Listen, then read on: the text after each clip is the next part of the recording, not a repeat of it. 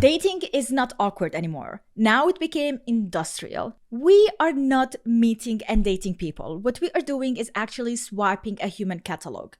Left, right, left, right. In 2023, a Pew research showed that half of US adults under the 30 are actually single. And a large portion of them are not even looking for a partner. Guys, that is not a phase. That is a complete shift. And here is something even worse. Another Pew study showed that 46% of people who are dating online experienced an overall negative phase. And we already talked about it. I have already reacted to videos and talked about dating apps and the downfall of dating apps. On one hand, men are feeling invisible and ignored, and they are so frustrated for that. And on the other side, women are feeling harassment by other men. So both of them are facing some issues, but a different kind of issues. And this is not just dating is hard kind of phase. This is a place and a space where we now glorified attraction, the standards got inflated, and literally relationships turned into a metric, like an actual performance metric. Like we have percentage and numbers. That's how we are dealing with relationships. Now, thankfully, I don't have to deal with this, but I have been reacting to a lot of people who have issues with it. So let's move on and react to some TikToks and see what people have to say about dating nowadays, shall we? When you go on a date with someone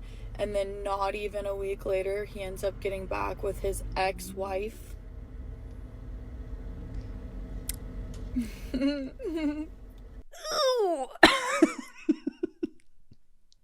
Now that must be really hard because like you have to question, like, is it me? Am I that bad that he is ready to get back to his ex-wife? That he went through a whole divorce? Holy. I just saw a video of a girl getting flowers for her first date, and I'm going in my mind, oh, that's so sweet, that's so thoughtful. And then I open the comments, and it's one after another people going, that's crazy, that's too much, what do you mean? That's just right off the bat, that's a red flag. And it's a red flag. Okay, so it's weird and abnormal to get someone flowers on a first date, but then it's totally okay to hook up. And if you want to hook up with a stranger, exactly, which is so freaking weird. And now we are not even talking about dating. This is a complete hookup culture kind of thing. All of these people in the comment are literally stuck in the hookup culture. They don't know what dating is anymore. That's totally cool. People can do whatever they want, but I just find it so bizarre that you're condemning a sweet, thoughtful gesture and making it weird. It's so sweet and endearing. What are you talking about? It's a strange thing to get someone flowers. It's doing too much to get someone flowers on a first date, but it's totally okay to go inside a random person you just met. My mom says to me all the time, I would never last in your generation. And honestly, I don't know how everyone's doing. I just think it's so backwards and so insane, and I don't know when it shifted. But it's messed up. It is completely. So I'm from San Diego, California, and I'm 26, and I just really feel like I'm actually gonna be alone forever at this point in my life. I go out, you know, I try to look good. I don't know if it's because I'm ugly or I'm fat. And no, I'm not fishing for compliments. I don't really, maybe I'm not fat, but I just feel like no one ever hits on me. I don't ever get complimented. I've been told that maybe it's because I have like a resting bitch face, which maybe I'm guilty of. But either way, it's just so sad because it's like, how else am I ever going to find anyone? That's why I feel like I'm going to be alone for the rest of my life, because I'm shy. I don't have many friends. I don't go out much. I just don't understand how this is going to happen. Like, are they going to fall from the sky? Workplace? I don't know. I try not to, I don't like dating people from work. All I'm trying to say is it just feels like when I go out, people are just so disconnected. It's not like how it used to be. I always feel like there's way prettier women out there than me, which is obviously true. Oh my God, like there are prettier and there are less prettier or less attractive. The comparison is the worst thing that we can be doing to each other. Focus on yourself, be the best version of yourself, and be happy with who you are and have a really fulfilling, happy life. And then maybe that will attract someone into it. And I don't know if it's like insecurity that's making me feel this way, but no we one all ever hits are me insecure or about hits something. on me or approaches me, and I will never do that to a man. But I still want to meet somebody. So I don't know if anyone's in the same situation, the same boat, but so yeah, many. And I hate dating apps. I will never, ever, ever, ever, ever download one. So how else am I fucking supposed to find somebody? Yeah. Whatever. I'm gonna tell you what, if you are going through a rough patch in your marriage, you better go water your grass on your side of the fence, because you do not want to be on this side On the of other the fence. side. Because this dating world nowadays, it's been flipped upside down, backwards, sideways, however you want to call it. It's a shit show that I don't want to partake in. Like, I don't want to date. I just want to skip to the good part. And for the love.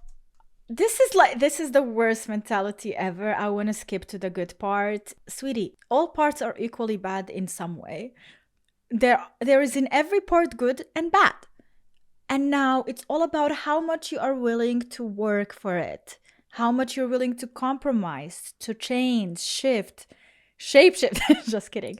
But yeah, there is no good part and bad part. This is what people misunderstand. In every phase of a relationship or even being single, there is good and there is bad. It's all about what you're going to be focusing on, where your attention is going to be leading. Of Jesus. If you've been married for 30 years, do not try to give me date advice. You don't know how it is out in these streets. Nowadays, yeah. It's not the times same. Have changed since 1995 there, Brenda. It's like we're Poor trying Brenda. to date in a world where loyalty is just nothing but another meme, and the options are just endless. You can scroll to the next one. And I'm about to drop a truth bomb, but everyone wants a healed partner, but not everyone is willing to be a healed partner.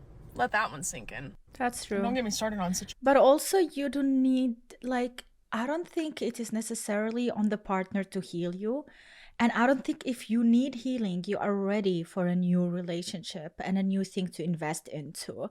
Now, I do understand if you are in a long-term relationship and you do have things to work on by yourself, then it is completely understandable that he's going to be supporting you or she. But to expect a stranger to just come into your life and swoop you and help you out, these are superheroes that don't exist in real life, and they are not supposed to.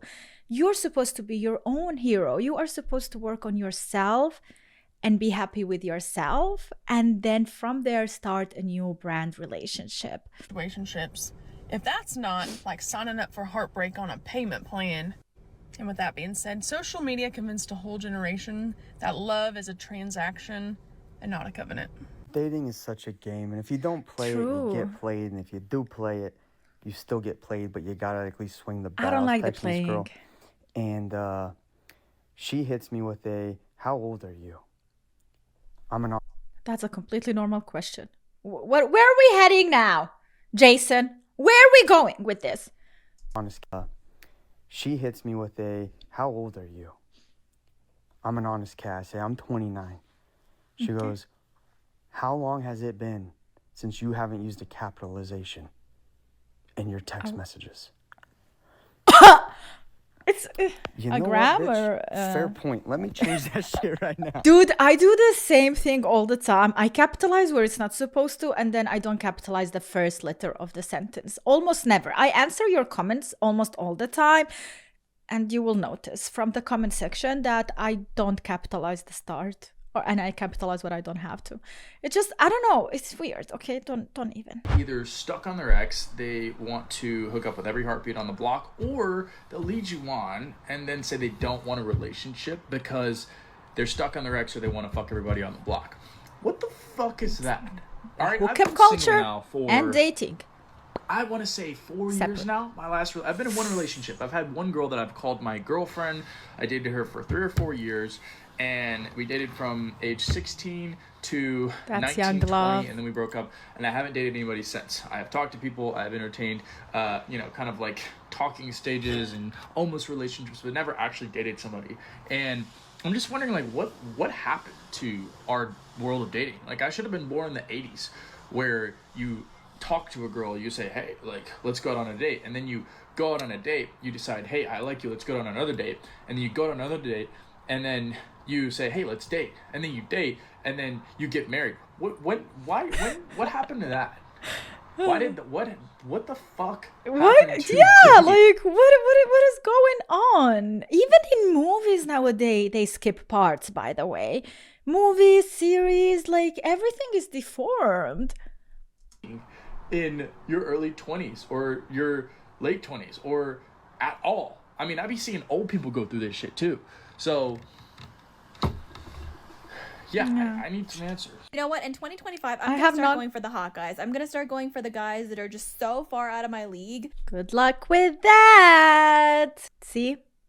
The attraction thing, the inflated attraction and inflated standards that we were talking about at the start of the video.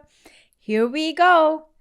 And I don't understand the logic behind it. Like, she probably thinks if I'm gonna have a bad time, at least it was a good guy or something like that, like good looking guy.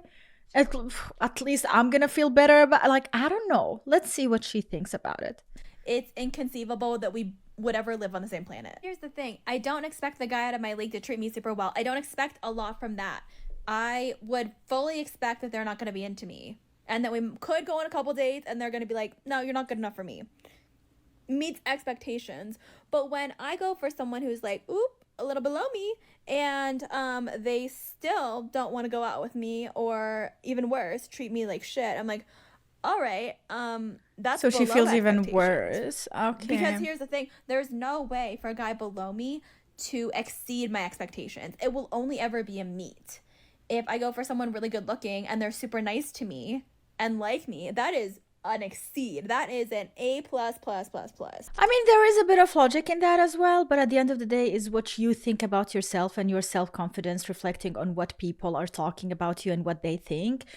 Why does it even matter if it was a hot guy or not a so hot guy that denied you or doesn't want to be with you anymore? Like, we should not put it on the fact that if someone is attractive, that they are more worthy because of it. Listen, to all the people out here trying to find better, trying to find someone, period. Look, I hear you. Do what you gotta do. My honest opinion, in this generation, ain't nobody out there, babe. Ain't nobody out there. I don't know who you looking for. I really don't know who you looking for. Thank you. We really needed that. Or why you looking, period. There is nothing out there at all. 2025 is crazy. Like, for you to start over now? Nah. That's just, it's outrageous to me. I'm sorry. Not. Look, I done gave up. I hung up my towel, okay? That's me and my kids for life. And I'm happy. I'm real happy. She has I don't gotta worry about kids, nobody. which also adds to the Sure, I pay my difficulties. I pay my bills. I ain't got nothing to worry about. I don't gotta worry about no man. No ma'am. I don't gotta worry about that man cheating on me, talking to other people, nothing. The fact that she like also goes with the negativity first, I don't have to worry about a man cheating on me. I mean, why are we bringing worrying and cheating into an imaginary situation in a relationship? Like, you have like set yourself to failure from the start, sweetie.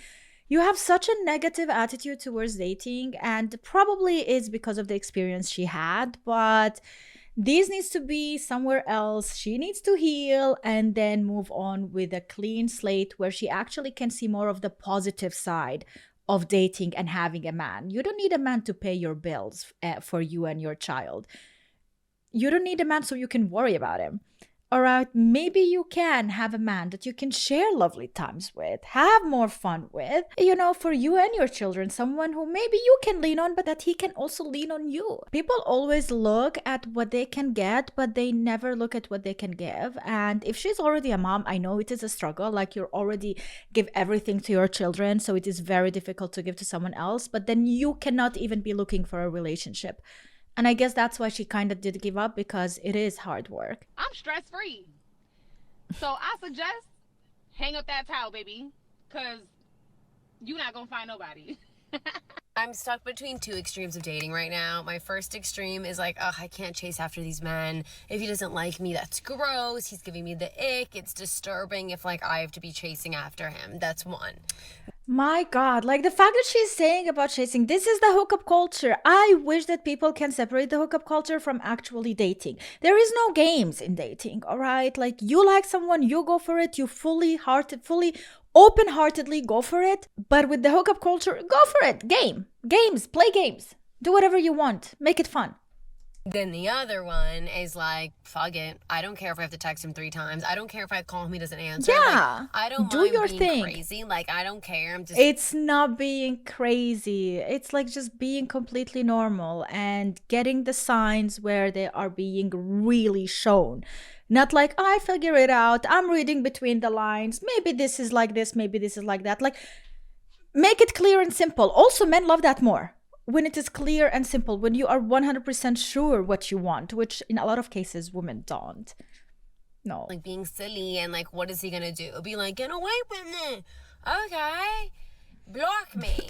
Block me. You so scared? Block me. I don't care. Do it. Dating is so hard. I just want so badly to love and be Why is loved. she crying? To find like my partner, find my person. Another round of time being wasted. I can't wait for the time where most things about me are endearing to someone. Where I find someone who has like the same communication style as me. Is emotionally intelligent. I just don't know like when. Emotionally intelligent proceeds to cry. Do we even know what emotionally intelligent means nowadays? It's gonna happen for me, and like I know I talk about my dating on here and people can have their own opinions and this and that, but I'm just someone out here who's trying to find someone. I swear, people started sharing too much on social medias. Like anyone is watching this. This is maybe probably the wannabe future husband of yours watching this and seeing you at your most vulnerable. It doesn't feel right, you know, like this should be kept a bit more private. Your most vulnerable self should be private and shared with loved ones. And don't get me wrong, I'm not saying don't seek help. Like, yes, but let's talk about it. Like, if you are crying, go cry and then let's talk about it. Because when you are crying, you are saying things that also are very emotional, less intelligent. When you are crying, it's all emotions. Like your brain is shutting down, it's done completely, and you are not rationally thinking about things. So cry it, and then if you really want to talk about it and share opinions, struggles, whatever, let's talk about it. But after the crying stage, do you know what I mean? Sometimes feel like the love I so desperately want to give and to receive is not meant for me.